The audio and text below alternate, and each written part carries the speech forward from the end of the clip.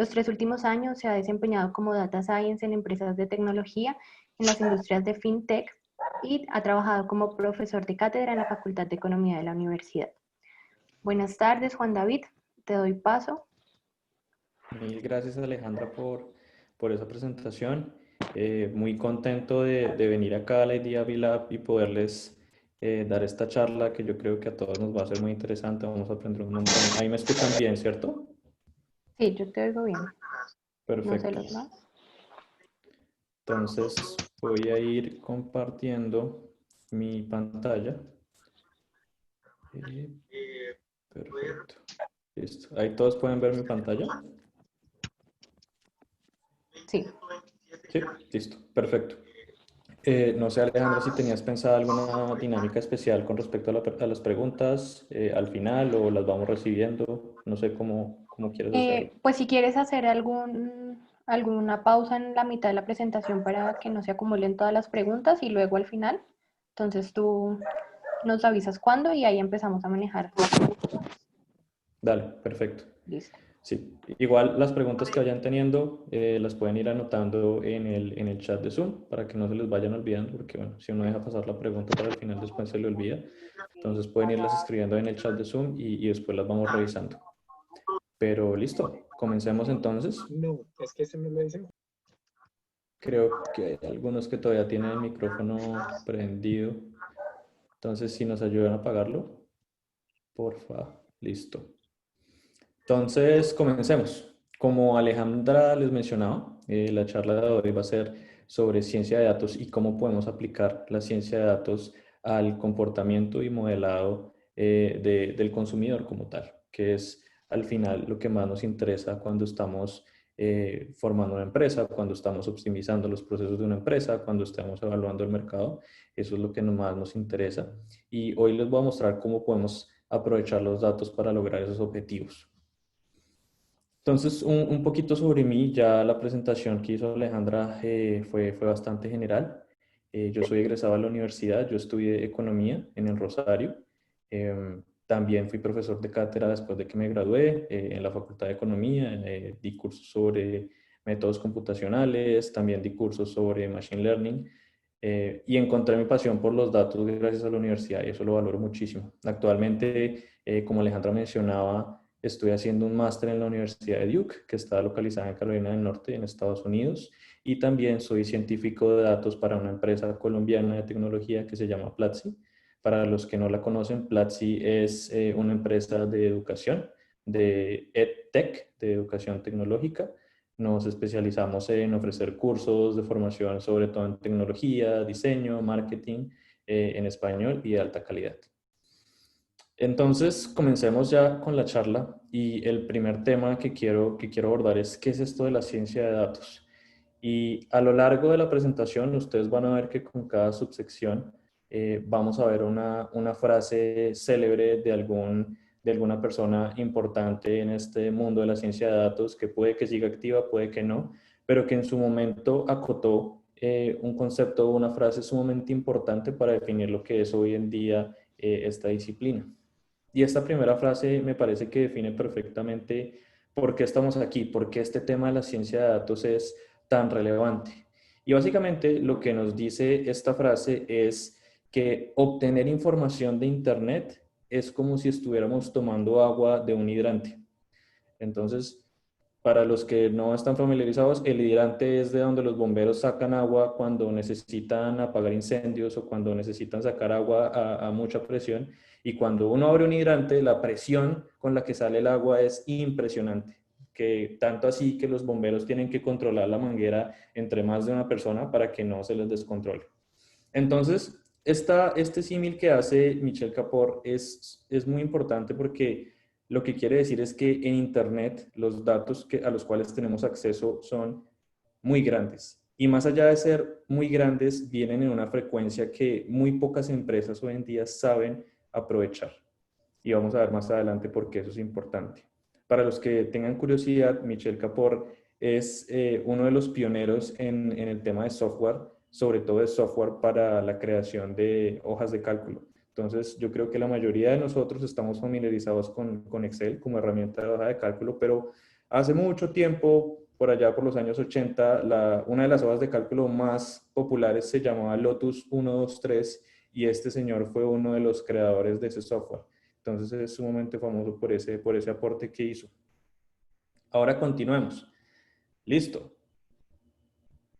¿Qué es la ciencia de datos? Entonces, algo que me gusta siempre mostrar cuando quiero explicar qué es la ciencia de datos es diagramas de Venn. ¿Por qué diagramas de Venn? Porque de una u otra forma los científicos de datos les encanta explicar qué hacen utilizando diagramas de Venn. Entonces, los diagramas de Venn nos muestran grupos y si los grupos se intersectan, ahí podemos ver cuál es la intersección de los grupos y qué significa esa intersección. Entonces acá muestro un diagrama bien bastante curioso y es que el grupo de las personas que son antivacunas, si las intersectamos con el grupo de los bartenders que son responsables, pues nos da esta intersección, que básicamente en inglés quiere decir cuando uno se pone una vacuna en inglés, uno dice que I'm getting a shot, como una vacuna en inglés se dice shot. Pero también cuando uno se toma un trago, uno también le dice shot. Entonces, este es un diagrama bastante curioso. Ahora bien, en la ciencia de datos, nosotros podemos explicarla realmente con un diagrama muy parecido. Y el diagrama es este, que es sumamente famoso porque otra de las frases que voy a poner más adelante en la presentación es de hecho acotada por la persona que inventó este diagrama. Entonces, para ser muy concretos, la ciencia de datos es una ciencia que combina tres áreas de conocimiento específicas. La primera, una experticia en el dominio en el cual me esté manejando. Si yo me estoy manejando en un dominio de negocios, experticia de negocios. Si me estoy manejando en un dominio de medicina, experticia de medicina. Si me estoy manejando en un dominio de física, de química, experticia en esos campos.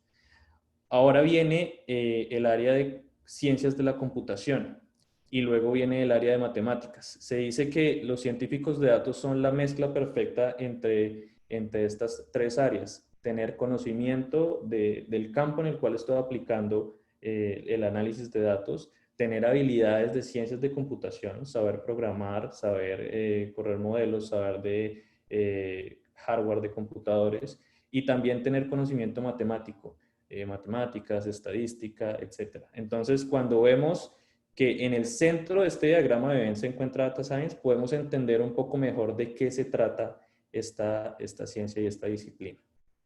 Ahora bien, hay personas que llevan esto ya hasta un extremo y realmente ya va demasiado lejos la explicación de ciertos temas en la ciencia de datos. Y es que también un defecto que tiene esta área es que se crean muchas buzzwords, que vamos a ver más adelante qué significan.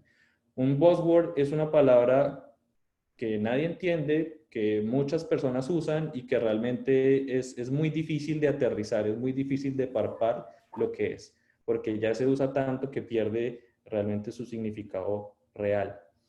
Entonces, este es un caso extremo de un diagrama Venn que seguramente es preciso, pero realmente no nos está aportando mucho para entender lo que queremos ver en esto de la ciencia de datos. Ahora bien, lo que les decía, vamos a desmitificar buzzwords. Y aquí recopilé el grupo más importante de palabras claves que giran alrededor del análisis de datos para que entendamos un poco cómo cada una va a ser un bloque esencial al final para poder aplicar este tipo de tecnologías y este tipo de métodos al negocio. Entonces vamos una por una. Ingeniería de datos. La ingeniería de datos a mí me gusta explicarla con una analogía usando Excel. Yo sé que la gran mayoría de ustedes han utilizado Excel al menos una vez en sus vidas para lo que sea, para una tarea, para un trabajo que tuvieron, para hacer reportes, incluso si uno quiere hacer cuentas personales de la plata que uno tiene, hacer planeación financiera, uno utiliza un Excel y uno tiene un archivito de Excel en donde uno está consignando toda esa información. Ahora bien, yo les pregunto, ¿ustedes cómo analizarían datos si no tuvieran un Excel? Y obviamente si no tuvieran conocimientos técnicos para analizarlos en otro tipo de plataforma. Sería muy complicado, ¿cierto? Tendríamos que ver algún formato en el cual pudiéramos visualizar datos, pudiéramos editar esos datos, pudiéramos transformar esos datos y realmente no se me ocurre una mejor forma. Podríamos hacerlo sobre una hoja de texto como Microsoft Word, pero no sería tan eficiente como un Excel. A mí me gusta pensar que la ingeniería de datos es como ese Excel que nos permite poder manejar y presentar los datos de forma eficiente. Eso es el concepto de ingeniería de datos. Obviamente hay muchos más aristas, obviamente podemos entrar más hacia el detalle, pero la ingeniería de datos se encarga de coger la información que yo tengo y volverla utilizable para mi negocio. Si yo no tuviera la información de mi negocio en un Excel o en una base de datos, realmente sería muy difícil sacarle provecho porque esa información estaría regada por muchos lados y no podríamos sacarle ningún tipo de significado. Ahora vayamos un paso adelante. Muchos de los que utilizan Excel, si no todos, seguramente algún día se han encontrado con esta ventanita. ¿Qué es la ventanita que puede salir si mi computador va muy lento, si tengo muchas pestañas de Google Chrome o de Internet Explorer o el navegador que utilicen abiertas? Pero también puede aparecer si yo estoy tratando de abrir un archivo Excel que es sumamente grande. Y esto nos pasa a todos y es demasiado frustrante porque si uno quiere analizar una base de datos de más seguramente de 100.000 filas, pues ya Excel va a comenzar a fallar, se va a volver un poco más lento. Si yo quiero hacer alguna operación en una de las columnas o si quiero hacer una operación a través de todas las filas, ya se va a demorar o incluso va a sacar este error. Y acá es donde viene el segundo buzzword, que es el Big Data. Y a mí también me gusta explicarlo con esta analogía. Big Data es lo que nos permite evitar estos errores como el que estamos viendo acá en Excel. Si bien las empresas necesitan la ingeniería de datos para poder estructurar su información, para poder guardarla eficientemente y para poder transformarla de forma eficiente también, cuando esas empresas empiezan a ver que su información se va apilando, se va apilando, se va apilando, va creciendo exponencialmente, ya las metodologías convencionales dejan de funcionar. ¿Qué es lo que pasa con Excel precisamente? Si yo estoy haciendo una hoja de cálculo para calcular mis finanzas personales y solamente estoy poniendo no más de, no sé, 100 filas o no más de 5 columnas, el Excel me va a funcionar perfecto. Pero si en cambio yo voy a hacer un archivo de Excel que haga las finanzas personales de toda una compañía, por ejemplo, o de toda una universidad que tiene miles y miles de estudiantes o miles y miles de empleados, ya ese Excel se va a volver muchísimo más grande y no va a ser tan eficiente para manejar esa información.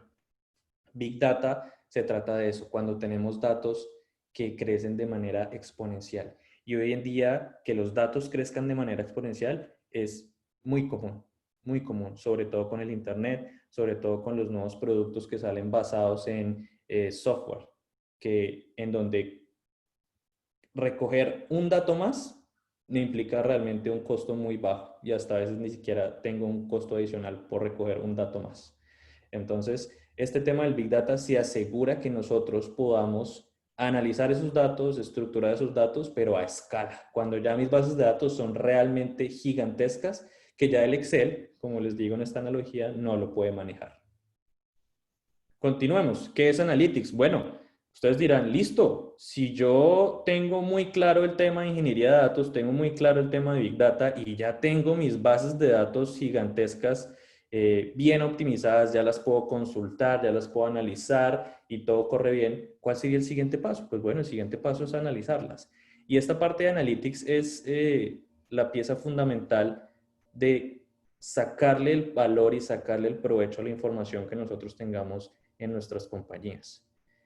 Más adelante vamos a ver que no es suficiente solamente tener la información, hay que sacarle provecho, hay que exprimirla, hay que saberla utilizar.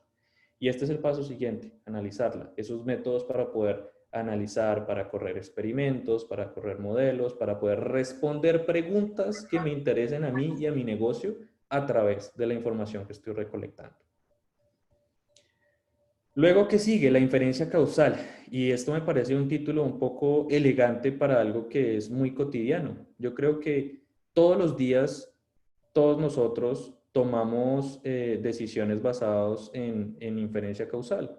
Entonces, digamos, si yo todos los días que me baño me estoy echando un champú Pantene, y cada vez que salgo de la ducha me doy cuenta que, el champú me dejó con una caspa impresionante. Yo digo como, oiga, tal vez ese champú me está generando las caspas. lo que voy a hacer es cambiar el champú, no sé, a un Pantene, a un lo que sea, y eso me va a disminuir la caspa. Esa lógica que yo acabo de aplicar para esa situación tan cotidiana que muchos vivimos en el día a día es una inferencia causal.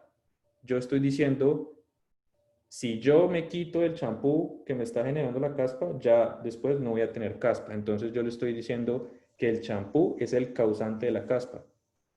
Ahora bien, extrapolemos esa lógica al negocio. Muchas veces cuando los negocios toman decisiones y esas decisiones al final no producen los resultados esperados, los negocios le dan un grado de causalidad a a ese nuevo feature o a esa nueva metodología que aplicaron, pero no siempre eso es válido desde el punto de vista estadístico. Y este es un ejemplo clásico de la inferencia causal, el que les estoy mostrando en esta imagen. ¿Qué quiere decir esta imagen? Cuando hace mucho calor, crecen las ventas de helado. Pero también se ha encontrado que cuando hace mucho calor, los robos se incrementan. Los robos de casas, los robos, los apartamenteros, como lo diríamos en Colombia, se alborotan y comienzan a robar muchísimo. Muchas personas salieron a decir que no, que es que la venta de helados estaba correlacionada con los robos y entonces si hay más venta de helados, entonces va a haber más robos. Pero lo que pasaba era que había otra variable externa que estaba afectando tanto la venta de helados como los robos en verano, que era el calor. Entonces, cuando hace más calor, pues se van a vender más helados, obviamente. Y también cuando hace más calor, especialmente en países como Estados Unidos, en los países europeos, las personas van a salir más, porque generalmente los inviernos en esos países son muy crudos y cuando las personas por fin pueden tener calor, por fin pueden tener esa época de verano, las personas salen, toman helado, van al parque, se van de viaje y las casas quedan más solas. Entonces, ambas cosas tenían una correlación, pero esa correlación no significaba causalidad. Y ese error que acabo de explicar acá se comete todo el tiempo en los negocios, en la industria.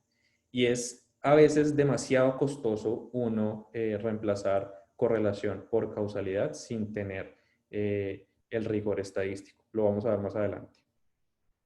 Luego, ¿qué sigue? Machine Learning. Entonces, Machine Learning es, yo creo que el buzzword más famoso de esta lista. Hoy en día todo el mundo lo está utilizando, todas las empresas están haciendo Machine Learning, todas las personas saben de Machine Learning, pero realmente lo que significa Machine Learning es que los computadores aprenden a partir de ejemplos. Por eso se llama Machine Learning, los computadores aprenden. Machine Learning tiene muchas ramificaciones, pero entiéndanlo como que el computador va a aprender a través de ensayo y error. Va a aprender a través de fuerza bruta.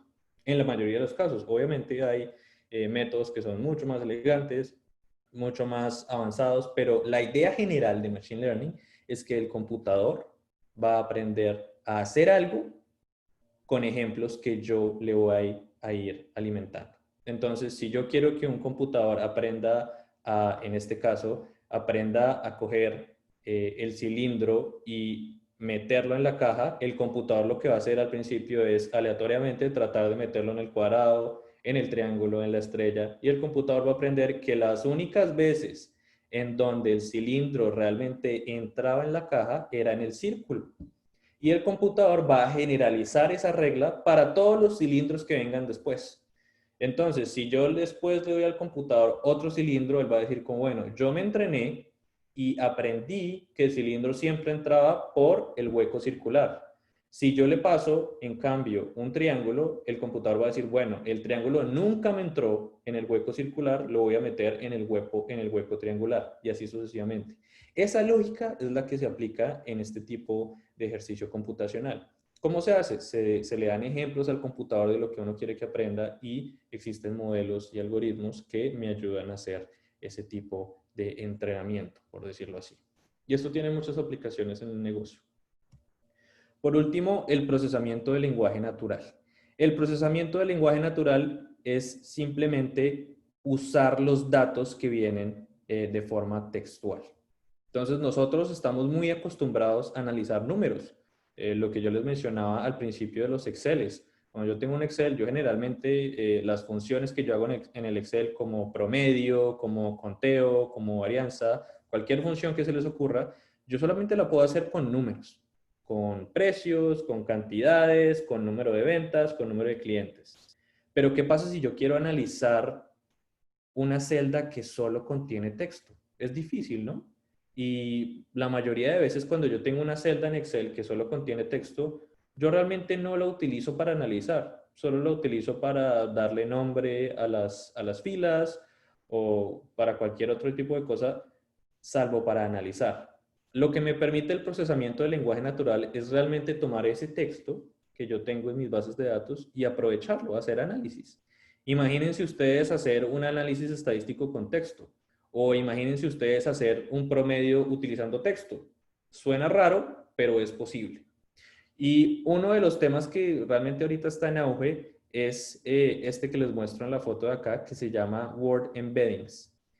Este tipo de metodologías lo que hacen es expresar cada palabra que yo tengo en el texto como números, como un vector de números, como una lista de números.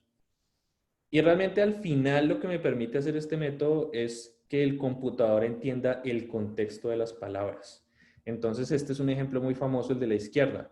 El computador cuando identifica los puntos en el espacio es capaz de decir como, bueno, rey es a reina lo que hombre es a mujer. Entonces, si ven, el computador sin saber, sin ser inteligente, porque todavía estamos muy lejos de eso, el computador sin ser inteligente fue capaz de entender la analogía de rey a reina y de hombre a mujer. Lo mismo pasa si yo quiero conjugar verbos. Entonces, el computador va a ver el vector de números de caminando y él va a decir como, bueno, caminando es a caminó, lo que nadando es a nadó. Y el computador no aprendió inglés, el computador no sabe nada de la lengua inglesa, no ha visto un diccionario en su vida, no le han enseñado conjugación. El computador lo aprendió a través de los datos. Entonces, realmente si nos ponemos a ver, este tipo de procesamiento del lenguaje natural también tiene que ver mucho con el machine learning, solo que se especializa en texto. Entonces, estas son las 6 buzzwords que yo les digo que son como las más importantes que giran alrededor de la ciencia de datos. Y esto es lo que se usa en el día a día de los negocios que aprovechan sus datos.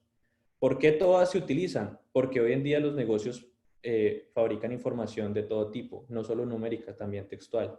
Imagínense ustedes la información que contienen negocios como Amazon o negocios como Mercado Libre.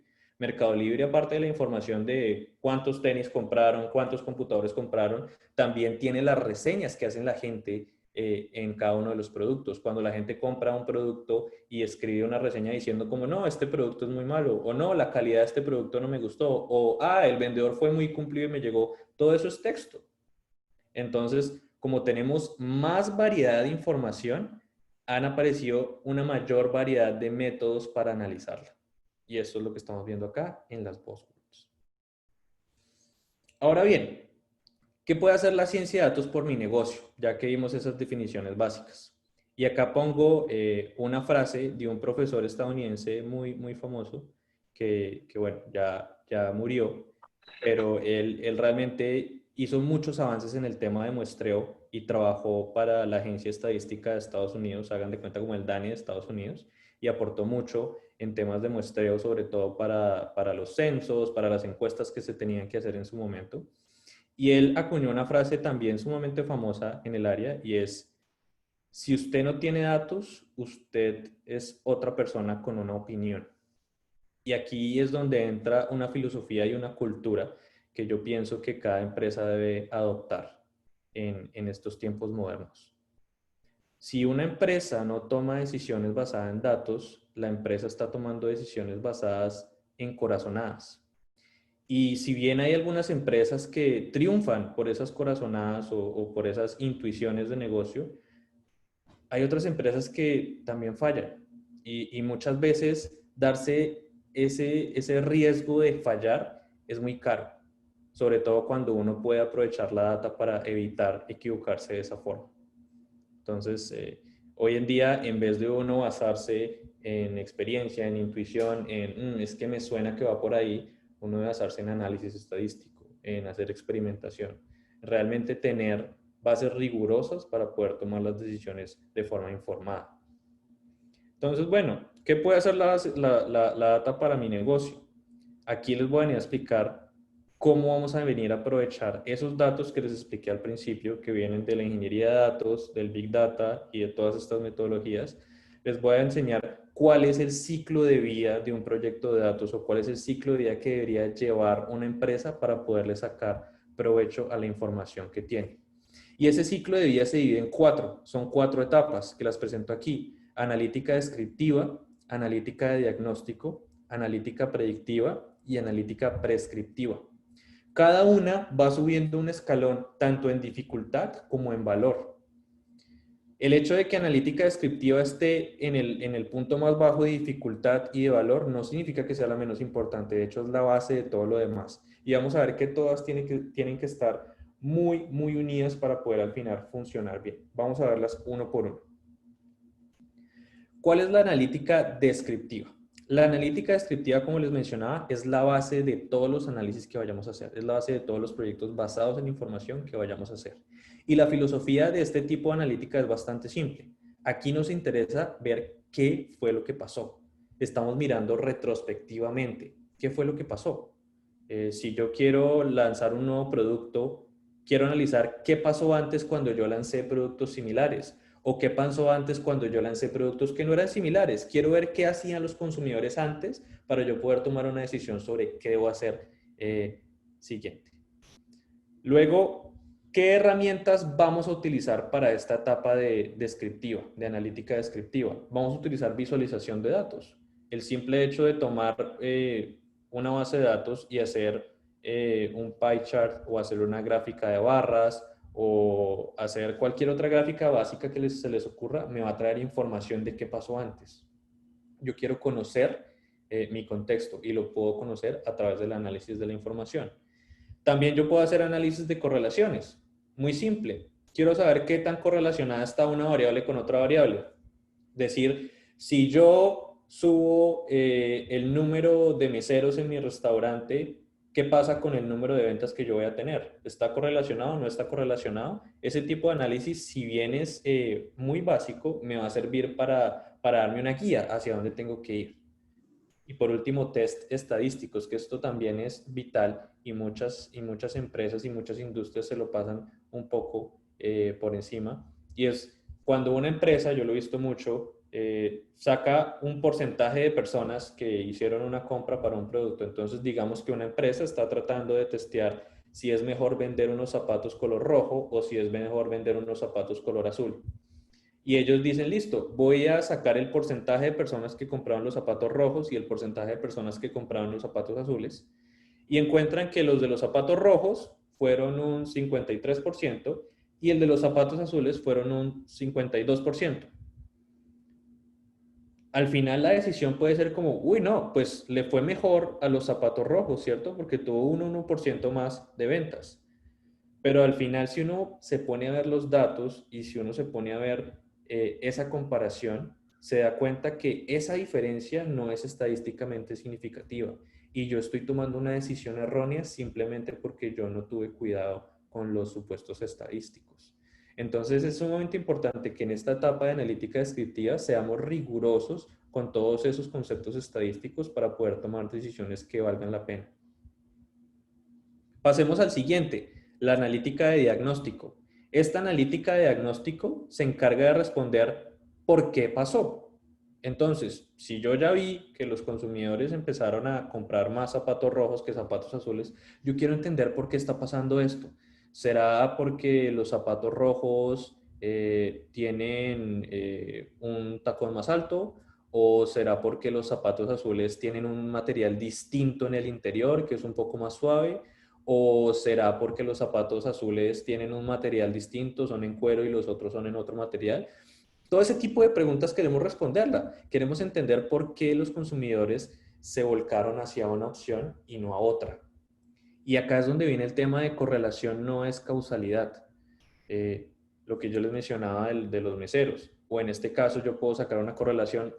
Si los zapatos tienen un mayor número de huequitos de los cordones, pues los zapatos van a vender más. Eso puede que sea cierto, pero que esos dos números estén correlacionados no implica que sea una causalidad estricta. Porque si una empresa calcula esa correlación de que el número de huequitos de los cordones es directamente proporcional con el número de ventas, pues entonces la empresa va a sacar unos zapatos que tienen un montón de huequitos de cordones, los van a sacar al mercado esperando que van a meter un montón de unidades, pero al final se dan cuenta que la gente realmente ve que esos zapatos son muy feos, son muy raros y no les compran nada. Esa fue una decisión que una empresa tomó pensando que una correlación era causalidad. Y miren que en esos casos se puede perder mucho dinero. Obviamente es un ejemplo muy simplificado, pero en cualquier contexto esto puede llegar a suceder. Ahora bien, ¿cómo evitamos esto? ¿De qué herramientas podemos valernos en este tipo de analítica diagnóstico? Modelos estadísticos. Tienen que ser un análisis estadístico sumamente riguroso para poder sacar causalidad. Experimentos aleatorios.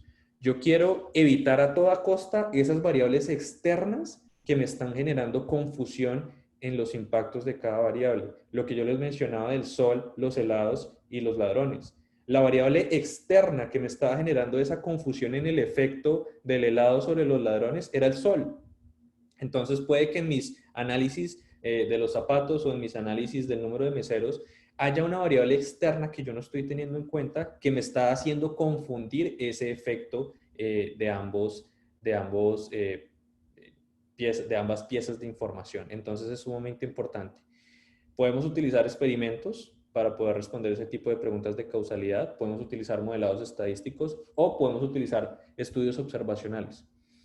Es muy importante algo y quiero que este mensaje se lo lleven porque es sumamente sencillo y si ustedes lo tienen en cuenta cuando hagan sus análisis, cuando tengan sus empresas, cuando vayan a sus equipos, va a ser suficiente con esto.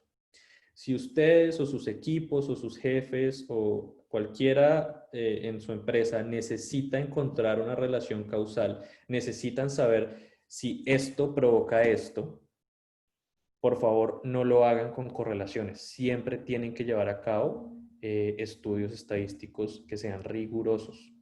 No va a salir solo con correlación. Si lo hacen con correlación puede ser sumamente peligroso. Ya vamos a ver más adelante cómo hacer eso, porque no en todas las empresas existen esas capacidades de hacer ese tipo de análisis, no en todas las empresas vamos a encontrar un ingeniero de datos, un ingeniero de Big Data, entonces más adelante les voy a mostrar cómo podemos lograr todas esas sinergias para sacar el mayor provecho a este tema. Luego sigue la analítica predictiva. Esta analítica predictiva se encarga de decirnos, bueno, ¿qué va a pasar? Ya vimos qué había pasado, ¿cierto? Con la analítica descriptiva. Vimos por qué había pasado eso que pasó con la analítica diagnóstica. Y ahora queremos decir, listo, cuando yo ya veo el pasado, ya lo analizo, ya entiendo por qué pasó, quiero poder ser capaz de predecir qué va a pasar ahora. Y esta es la parte que generalmente emociona más a las empresas, ser capaces de predecir el futuro. Pero hay que ser sumamente mesurado con esto, porque esto no funciona como una varita mágica en que yo puedo predecir lo que yo quiera. Se tienen que dar muchos pasos para que esto realmente se pueda materializar al final. Entonces, ¿cuáles son las herramientas que podemos utilizar para llegar a este fin de predecir qué va a pasar? Si yo tengo data histórica del evento, yo puedo tratar de predecir lo que va a pasar después. Entonces, si yo tengo un historial de un tipo de zapatos que yo vendí, de muchos tipos, zapatos con tacón, zapatos sin tacón, tenis, zapatos de cuero, chancletas, si tengo un montón de historial de esos zapatos que vendí en el pasado, yo tal vez puedo utilizar esa información para tratar de predecir si un nuevo modelo de zapato va a calar con los consumidores o no. ¿Sí? Yo puedo utilizar las características de la base de datos de zapatos que tengo para poder predecir si un nuevo modelo realmente va a ser exitoso o no.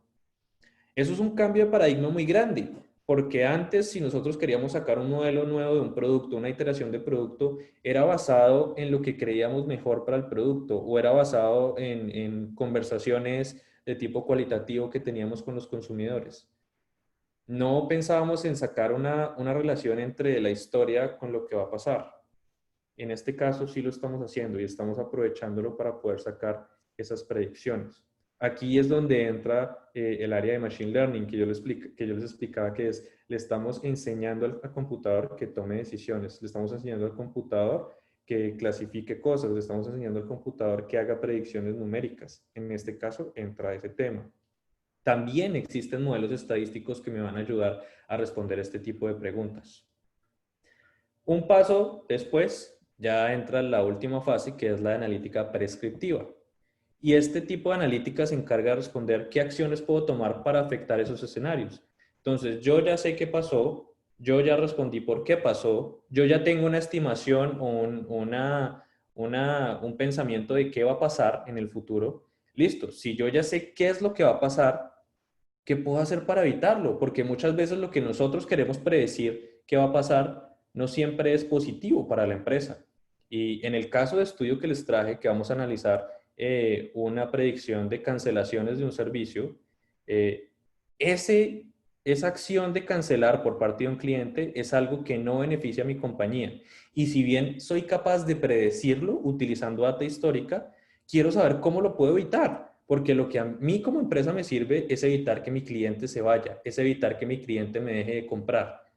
Entonces, este tipo de analítica se encarga de tomar todos los pasos anteriores que hicimos con la descriptiva, la diagnóstica y la predictiva y analizar qué podemos hacer para revertir esa cadena causal.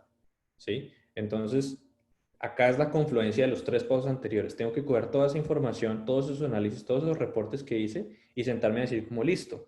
Si en la analítica diagnóstica encontré que el número no sé, que la altura del tacón es directamente proporcional con el número de ventas, entonces si yo quiero que mi próximo zapato se venda más, pues entonces tengo que hacer un zapato que tenga un tacón alto, ¿cierto? Esta es la analítica prescriptiva llevada a un ejemplo muy sencillo. Es entender qué variables le pegan positivamente a mi producto y cómo puedo incrementar las chances de que tenga éxito. Entonces acá es mucha optimización. También podemos hacer experimentos de tipo A/B, que tratamos una cosa, tratamos la otra y lo que genere mejor performance o lo que genere mejor outcome, puedo utilizarlo para poder iterar sobre el producto y para poder mejorarlo al final. Listo, entonces lo que les mencionaba, vamos a ver un caso de estudio en donde vamos a aplicar las 4 etapas de la analítica y el análisis de datos para poder resolver un problema que puede tener una empresa promedio hoy en día. La frase de acá es también muy famosa, la dijo Ronald Coase. Él es un profesor estadounidense de economía de la Universidad de Chicago. Él también ya murió, pero esta frase también caló mucho en el área de ciencia de datos y de análisis de información. Y él dice, si usted tortura la data suficiente, la data va a confesar cualquier cosa. Entonces, muchas veces uno no encuentra correlaciones, uno no encuentra resultados prometedores al analizar un set de datos de forma superficial, pero si uno se mete en el set de datos, si uno hace iteraciones, si uno hace transformaciones, si uno se hace preguntas con la información, si uno hace un ejercicio riguroso de causalidad, uno puede en la mayoría de veces sacarle un gran provecho a ese set de registros que uno pueda tener en cada una de sus empresas. Entonces vamos al caso de estudio. Y el caso de estudio es muy sencillo, es cancelaciones de servicio.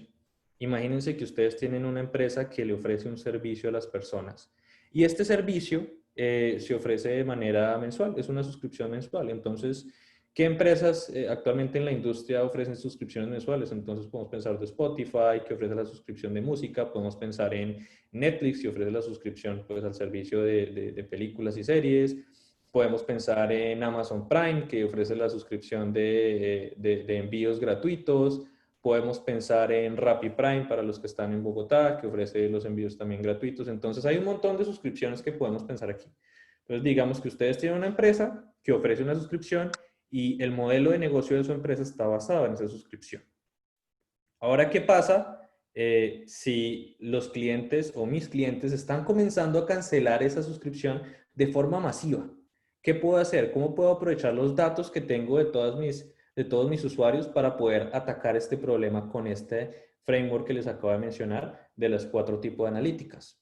Entonces, vamos paso a paso. Entonces, vamos al primer paso, la parte descriptiva. Entonces, como yo les había mencionado, tenemos que analizar esa información y ver qué ha pasado, ¿cierto? Entonces, si yo ya estoy viendo que las personas están cancelando de forma masiva, si yo hago un análisis de la información, me va a mostrar que el número de cancelaciones, digamos mensual, diario, semanal, semestral, como ustedes quieran agregarlo, me va a mostrar que ese número de cancelaciones va a estar creciendo. Porque si yo, como dueño de empresa, me doy cuenta que la gente está cancelando mucho, pues ese debería ser el, el, el tipo de gráfica que yo veo al final. Entonces, eso ya es una herramienta de visualización de datos que yo estoy utilizando para entender qué pasó. ¿Qué otra cosa puedo ver? Puedo analizar el porcentaje de personas que cancelaron mi servicio mes a mes. Y entonces digamos que el mes de enero el porcentaje de personas que cancelaba el servicio era 30%. En el mes de febrero bajó a 28%. En el mes de marzo subió a 32%. En el mes de abril subió a 33%. En el mes de mayo subió a 35%. Entonces, esos últimos 3 meses fueron 30, 33, 35. Entonces, si yo veo esos números, esos porcentajes de cancelación, yo digo como, bueno, ha ido aumentando, ¿cierto? Pero acuérdense lo que yo les dije de los test estadísticos. Yo tengo que correr un test estadístico para ver si esas diferencias entre 30, 33 y 35% son realmente significativas desde el punto de vista estadístico. Porque puede que esas diferencias se estén dando porque justo en ese mes de abril, mayo, justo en ese mes, mi empresa estuvo muy de malas y hubo gente que aleatoriamente canceló más, que no haya nada sistémico que esté provocando que la gente esté cancelando más. Entonces, si yo hago ese tipo de análisis y encuentro que en verdad esas diferencias son significativas, yo puedo ver que hay una tendencia de las cancelaciones en donde están incrementando. Y yo analizando lo que ha pasado a través de estas técnicas, ya sé qué puedo hacer, cuál es el siguiente paso a seguir, que es la analítica de diagnóstico. Ahora pasemos al siguiente paso. Yo digo, listo, ya estoy seguro que la gente está cancelando el servicio, ya estoy seguro a qué tasa lo están haciendo, cuál es el porcentaje de personas que están cancelando mi servicio. Ahora quiero entender por qué lo están haciendo. Entonces yo con esto lo que tengo que hacer es modelos estadísticos. Yo tengo que decir como listo, quiero explicar la cancelación por el número de días que llegan a la plataforma, quiero explicar la cancelación por el tipo de productos que consumen. Entonces en el caso de Rappi, por ejemplo, quiero saber esas personas que cancelan, qué compran más, qué restaurantes frecuentan más. En el caso de Spotify, querrán saber como, bueno, esas personas, qué tipo de música escuchan más, qué tipo de artistas escuchan más.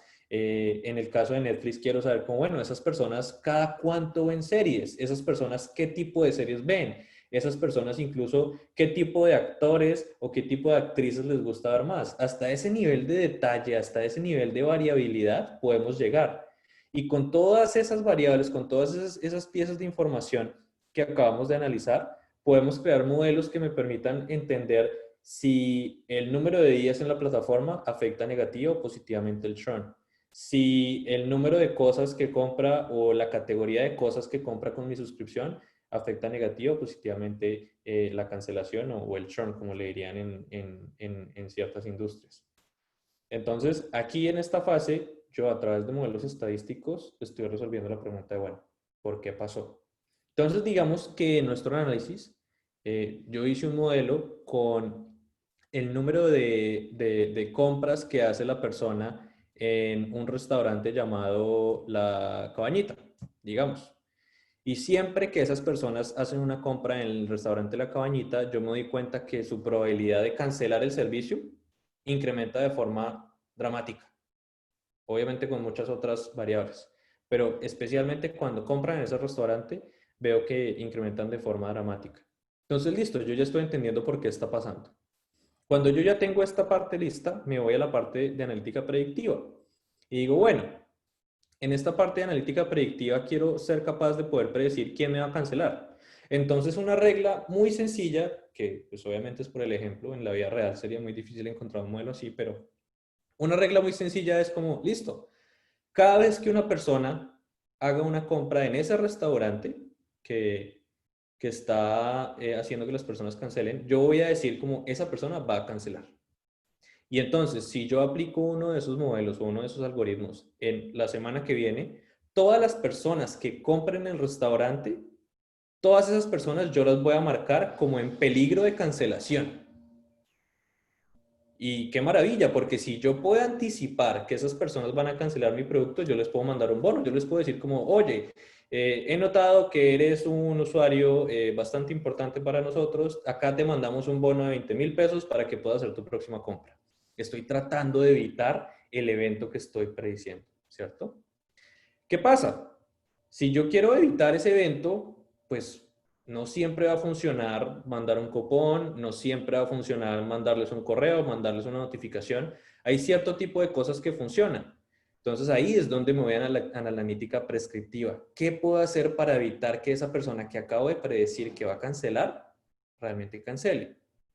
Entonces, si nosotros nos devolvemos al análisis y vemos que nuestro modelo también arrojó que cuando las personas van a ese restaurante cancelan, pero si después las personas piden al restaurante de al lado, se arrepienten de cancelar, pues entonces podemos decir como listo, todas las personas que mi modelo está prediciendo que van a cancelar, les voy a decir o les voy a dar un cupón para que pidan al restaurante de al lado de forma gratuita y con eso puedo evitar que se vayan.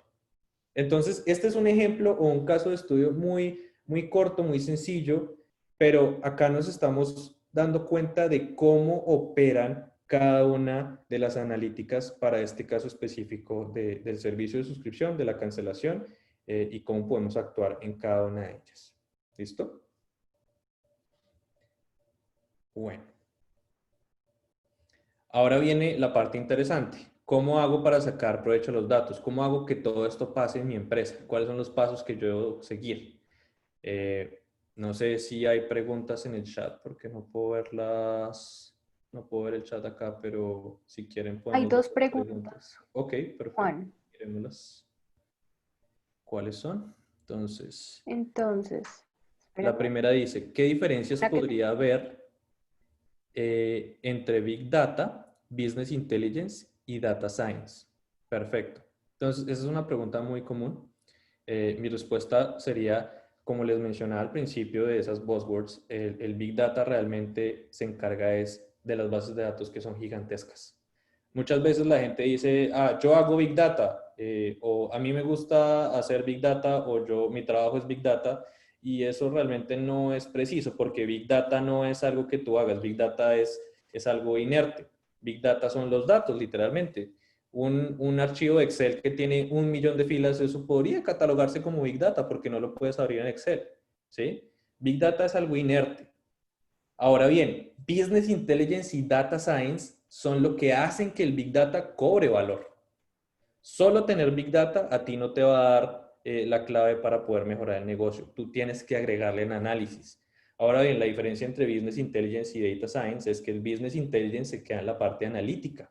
Entonces, ¿se acuerdan de la parte de analytics que yo les explicaba al principio, la parte de analizar la información?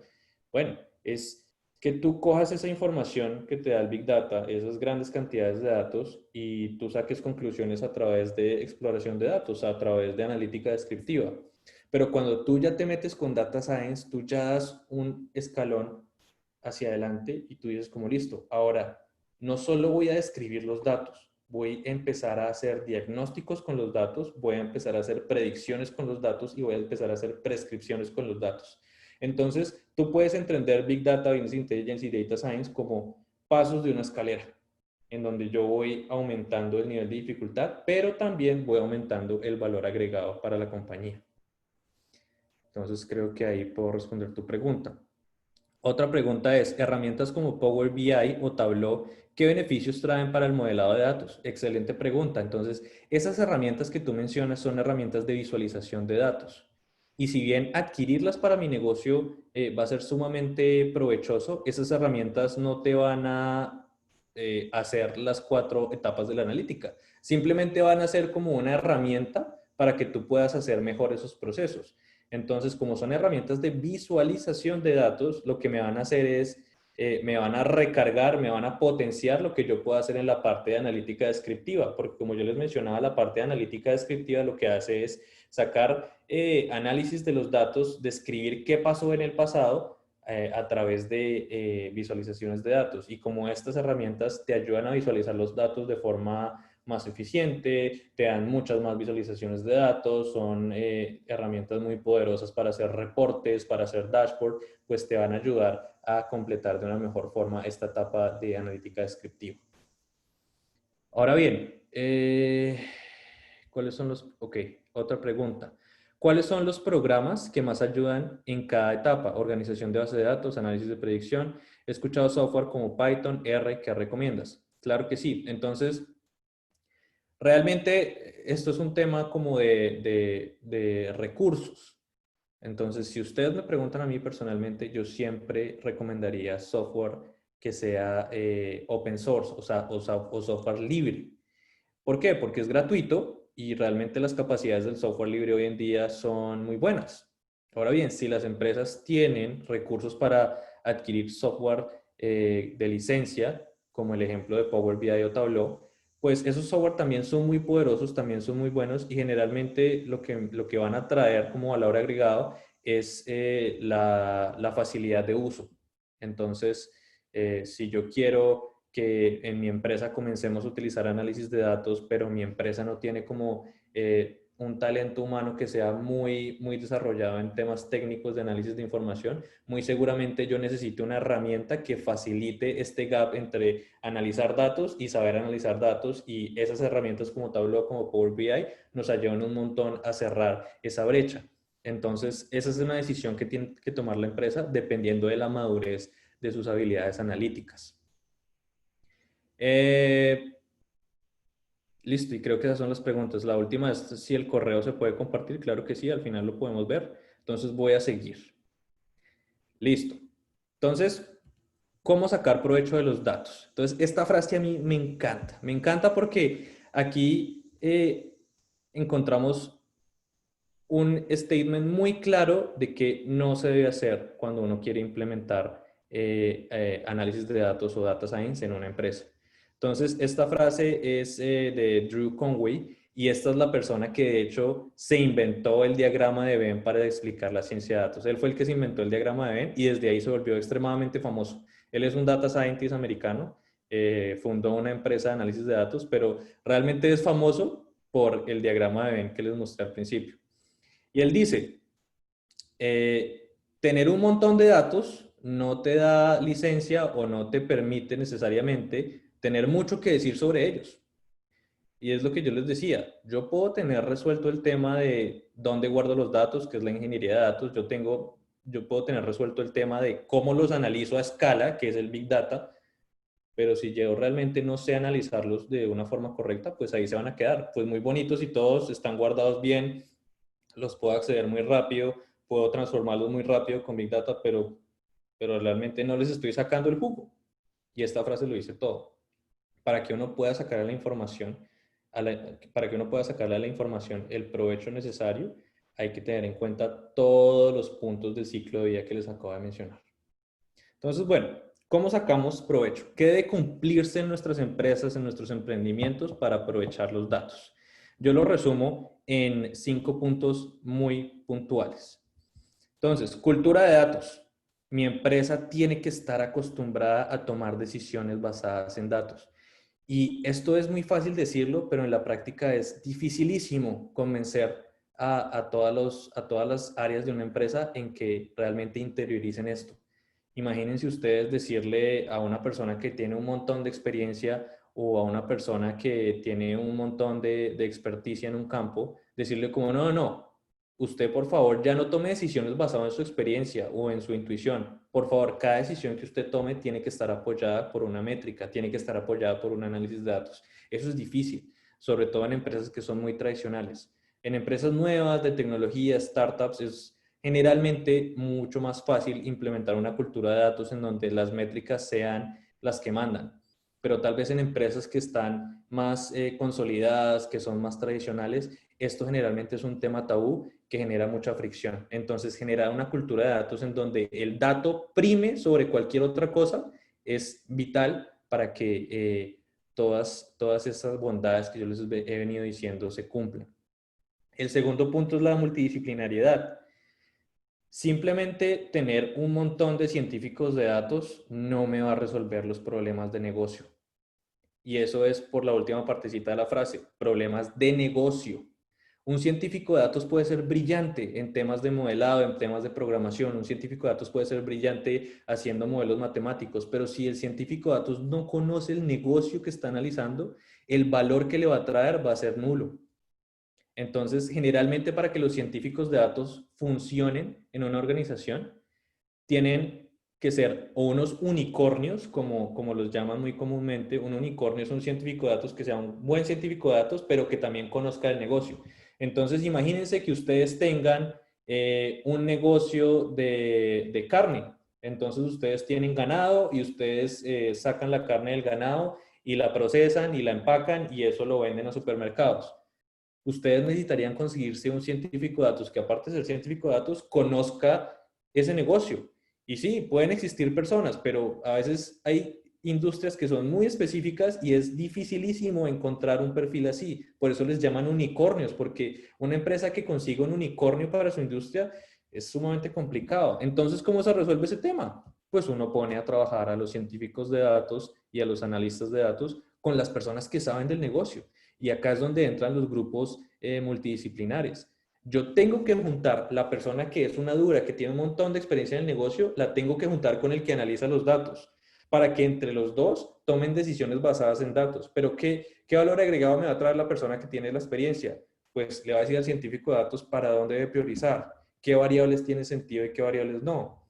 Lo que yo les mencioné al principio del número de huequitos para los cordones.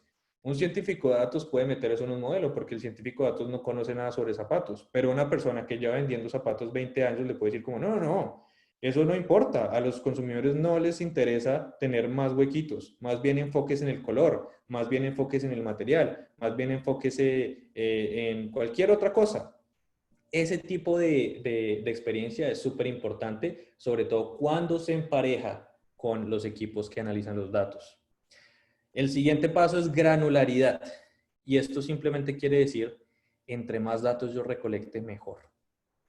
Y yo les mencionaba al principio que con las empresas de software esto es muy sencillo porque calcular un dato más sobre el consumidor a veces o muchas veces tiene un coste cero. Pero tal vez para las empresas tradicionales recaudar más datos sobre sus usuarios, sobre sus clientes, sí implique un costo muy grande. ¿Sí? Entonces, imagínense ustedes que, no sé, Davivienda, por ejemplo, o cualquier banco en Colombia quiera recolectar más datos de sus consumidores. Davivienda quiere saber cuándo las personas les interesa saber cuánta plata tienen en el banco. O BBVA le interesa saber cuándo las personas quieren pedir un crédito. Entonces, si Davivienda y BBVA no tienen una base de datos montada para saber eso a través de sus aplicaciones o de sus sitios web, pues les toca pasar de solo tener esa información en las oficinas físicas a tener esa información en una aplicación, en una página de internet, y ese tipo de desarrollos a veces cuestan y cuestan muchísimo. Entonces, este paso de la granularidad es una decisión sumamente importante en cualquier empresa. ¿Cuál es mi consejo acá? Si ustedes crean un negocio de cero, desde el principio, créenlo teniendo en mente que deben recolectar la mayor cantidad de datos posibles. Porque es mucho más fácil construir un negocio de cero que capture muchos datos a tomar un negocio muy grande, muy tradicional, que de la noche a la mañana comience a capturar datos. Es mucho más difícil. Entonces, mi consejo ahí es si ustedes están creando negocio, desde el principio, piensen que tienen que recolectar toda la información que sea necesaria. Y bueno, y si están en una empresa grande, pues también es posible, pero entonces hay que hacerlo de forma más estructurada, hay que mirar cuáles son las mejores opciones en términos de calidad, precio, etcétera, etcétera. Pero esto es vital para que todos estos esfuerzos traigan frutos. El siguiente es la veracidad de la información. Y este tema este tema es delicado porque hay muchas empresas que, si bien sí recolectan mucha información, la información no viene limpia. Y si los analistas de datos que yo tengo en mi empresa no reciben información limpia, todo lo que ellos hagan no va a tener el valor necesario, no va a tener el valor que yo necesito. En la ciencia de datos hay una frase muy famosa y muy utilizada y es garbage in, garbage out. Eso quiere decir basura entra, basura sale. Si yo a todos mis pasos de analítica descriptiva, diagnóstica, predictiva, prescriptiva, si a esos pasos de analítica yo les meto data que es basura, lo que me van a sacar es basura. Por muy bueno, por muy brillante que sea un científico de datos, o por muy cara y por muy compleja y por muy elegante que sea una herramienta que yo compre para analizar datos, esa confluencia de científico de datos y de herramienta no me va a permitir sacar la información a datos que son basura, a datos que no son confiables. Entonces, este tema de la veracidad es vital. ¿Y cómo se logra veracidad en la información de mi empresa? Uno tiene que ser estricto con las reglas de recolección de información. ¿Cuál es el peor error para quitarle la confianza a los datos que yo tengo? Que mis datos puedan ser editables fácilmente, que cualquier empleado le pueda meter mano a mi hoja de Excel y el día de mañana un dato de 200 ventas, el empleado pueda poner 170 y se perdió esa trazabilidad.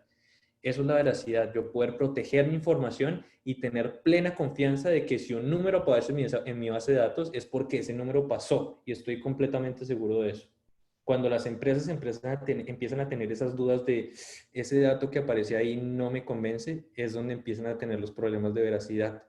Y es muy común oír a los científicos de datos decir, yo paso el 80% de mi tiempo haciendo limpieza de información, porque en la mayoría de casos esa limpieza de información es simplemente tomar data que es basura y tratar de hacerla confiable. Imagínense cuál sería el impacto si desde el principio yo recibo data confiable. Entonces, lo mismo con la granularidad. Si ustedes tienen la oportunidad de crear una empresa de cero, crean la empresa teniendo en mente data granular, pero también data veraz. Protejan la data, no dejen que la data se ensucie en el proceso. Muchas veces las empresas, por sacar productos rápido, por iterar rápidamente, le quitan atención a estos dos puntos y al final sufren cuando quieren sacarle provecho a la información o cuando quieren sacar un simple reporte. Por último, el talento humano. Tienen que tener personas que sepan de datos, pero muchas veces estas personas que sepan de datos no necesariamente tienen que ser científicos de datos, no necesariamente tienen que ser personas expertas en análisis de información. A veces solo basta con que mis empleados sepan hacer el ciclo de la ciencia de datos, el ciclo de la analítica de forma correcta y que tengan las herramientas correctas. Entonces, yo puedo tener un equipo de ciencia de datos y ese equipo puede ayudarme a llegar a estos objetivos, pero yo también puedo formar a las personas de mi empresa para que entiendan cómo usar esos datos. Hoy en día existen herramientas como Tableau, como Power BI, que cierran la brecha entre una persona que no es técnica en cuanto a modelos estadísticos y programación con sacarle provecho a la información. Porque esos programas lo que hacen es quitar todo el código, quitar todos los tecnicismos y realmente le dan a las personas una interfaz gráfica fácil de entender para que ellos puedan analizar sus propios datos. Incluso hay software que puede crear modelos de machine learning automáticamente en donde las personas le dicen como, esta es la variable que yo quiero poder predecir y estas son las otras variables que yo quiero utilizar para hacerlo y ya hace todo el proceso automático.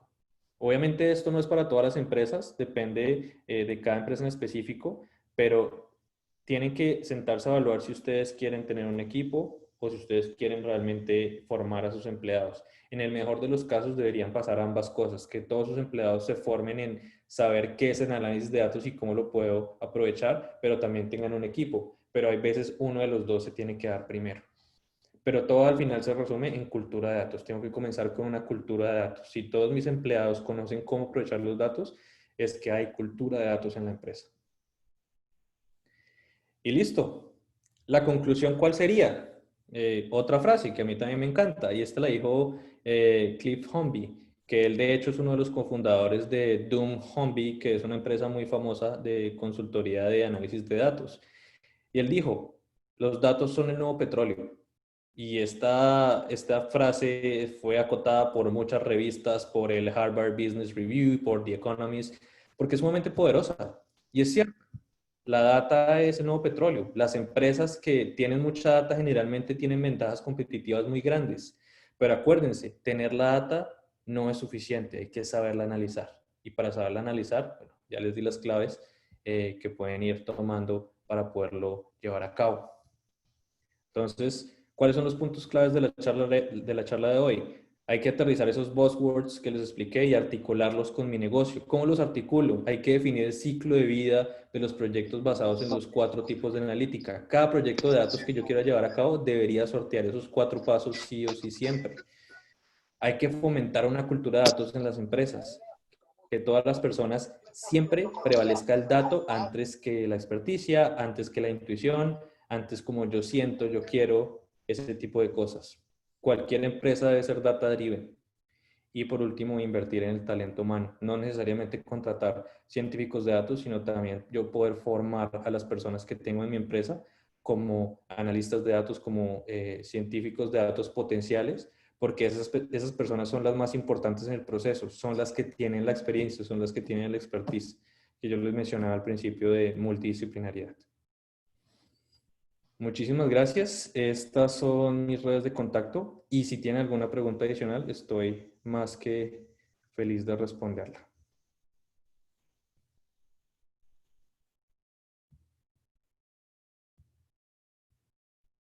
Entonces, voy a mirar el chat.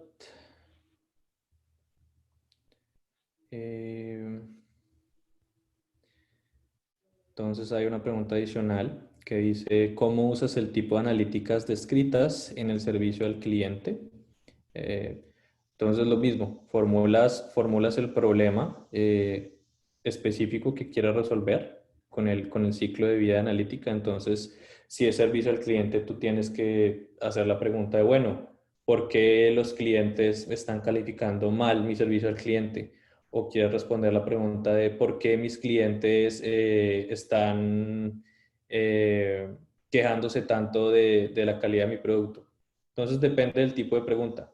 Si tú quieres responder la primera, la que puse de ejemplo de por qué los clientes dicen que tengo un mal servicio al cliente, entonces tienes que ver la data histórica. Bueno, ¿qué ha pasado cuando mis clientes se han acercado a mí como empresa y hablan con el área de servicio al cliente? Entonces ahí analizas si es que las llamadas duran mucho, ahí analizas si es que las personas de servicio al cliente utilizan un lenguaje muy duro, o ahí analizas si es que hay muy poquitos de servicio al cliente y generalmente es un cuello de botella que las personas no pueden realmente comunicarse con el área. Y sigues sorteando todas las etapas de la analítica hasta el final formular ya tu solución basada en ese proceso. Claro, claro que sí, podemos tener otra sesión y hacemos un ejercicio práctico. Podrían compartirnos el correo. Bueno, ahí están mis redes de contacto. ¿Cuál universidad o MOOC recomienda para ahondar en este tema o maestría? Bueno, cualquier programa es bueno. Yo tengo una filosofía y es que al final el responsable por el aprendizaje de uno mismo es uno mismo, ¿sí? Entonces tú utilizas la universidad o tú utilizas la maestría o el curso en línea o lo que sea como una herramienta. De eso no depende que tú puedas aprender. Entonces el día de mañana tú puedes coger un libro, tú puedes coger un curso masivo online, puedes hacer una maestría, pero al final va a depender de ti. Hay infinidad de programas, hay infinidad de cursos MOOC online. Depende de tú en qué te quieras especializar. Si quieres más bien, escríbeme por mi LinkedIn o por mi Twitter y te puedo asesorar más específicamente hacia dónde te quieres ir, dependiendo de qué tipo de objetivos quieres abordar. ¿Cuál es la mejor manera para iniciar a formarme en el tema de analítica de datos? Bueno, lo mismo. Veo que es una pregunta repetida, entonces, ¿cuál es la mejor manera de formarse en este tipo de cosas? Primero, yo comenzaría con las bases, que es básicamente remitámonos a una de las primeras diapositivas que fue esta de acá. Entonces hay que tener domain expertise, hay que saber del tema o de la industria en donde yo me quiero desempeñar, hay que saber de matemáticas, hay que saber de ciencias de la computación. ¿Qué hay que saber de matemáticas? Pues hay que saber álgebra lineal, matemática vectorial, hay que saber estadística, ¿qué hay que saber de ciencias de la computación? Hay que saber cómo programar, hay que saber cómo manejar bases de datos. Entonces, eso es como un resumen muy por encima, pero se comenzaría realmente por este diagrama. Tener en mente como quiero poder tener conocimientos en cada uno de los grupos del diagrama para ya poder generar valor a través de la confluencia de estos.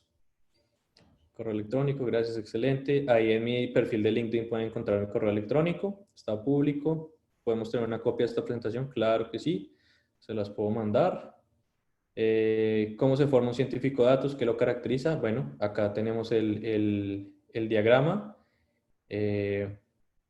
Pues a modo general, obviamente hay muchas más aristas y muchos detalles, pero creo que esto lo resume muy bien. Listo. Y gracias a todos también sus felicitaciones y sus mensajes positivos. Muchas gracias. Espero que haya sido de mucha ayuda y mucha utilidad esta charla. Claro que quisiera ahondar más en el tema. Obviamente es muy difícil uno cubrir el nivel técnico de todas las personas, entonces traté de hacer la charla lo más provechosa y lo más útil y lo más palpable para todos los perfiles que están hoy aquí. Entonces, les agradezco muchísimo. No sé si alguien más tiene una pregunta. Veamos. ¿Habría posibilidad de hacer un curso un poco más largo? Es un tema demasiado interesante. Claro, claro que sí. Pues lo que les menciono, hay infinidad de MOOCs, de cursos online, hay programas. En Colombia, pues yo conozco en Colombia conozco varios programas. Sé que el Rosario tiene programas que se enfocan en análisis de datos dependiendo del área de negocio. Sé que también hay programas solo en el tema de análisis de datos en otras universidades, como Andes, Tadeo, Javeriana. Opciones hay, opciones hay. Si quieren algo también en línea, pues incluso en Platzi tenemos cursos, también hay otras plataformas, en YouTube uno puede también sentarse. Hay un sinfín de opciones. Si en serio están interesados en tomar ese camino, estoy más que feliz de asesorarlos. Contáctenme por mis redes y ahí cuadramos una llamada o cualquier cosa para poder ayudarlos. La última, ¿qué impacto tiene R y Python en el manejo de base de datos en la actualidad? Pues es gigante, gigante. Todos los científicos de datos usamos alguno de los dos o incluso los dos en muchos casos. Yo utilizo los dos muy seguido. Esos son los lenguajes de programación que te permiten hacer desde la parte de ingeniería de datos hasta la parte de Big Data, hasta la parte de análisis descriptivo, hasta la parte de inferencia causal, hasta la parte de predicción y machine learning. Te permiten hacer todo el ciclo de vida del análisis de los datos a través de programación. Entonces son vitales. Esta parte de Computer Science es realmente poder entender y poder programar y tener esas nociones de algoritmos, tener esas nociones de funciones, de estructuras de datos, para poder realmente sacarle provecho a esas piezas de información que se guardan digitalmente. ¿Hay alguna otra pregunta? Bueno, veo que acá en el chat ya no hay más preguntas. Ah, bueno, acá hay otra. Ah, no. No, creo que ya. ¿Listo? Listo. Bueno, Juan, muchísimas gracias por aceptar nuestra invitación en el laboratorio. Creo que ha sido una charla demasiado interesante, a todos les ha gustado mucho, incluso han pedido una segunda versión de la charla, entonces pues muchísimas gracias, Juan, y más que invitado siempre aquí al laboratorio, agradecerles a todos los asistentes por estar hoy con nosotros y no es más, muchas gracias a todos. Muchísimas gracias. Un abrazo a todos y quedamos en contacto. Listo. Chao.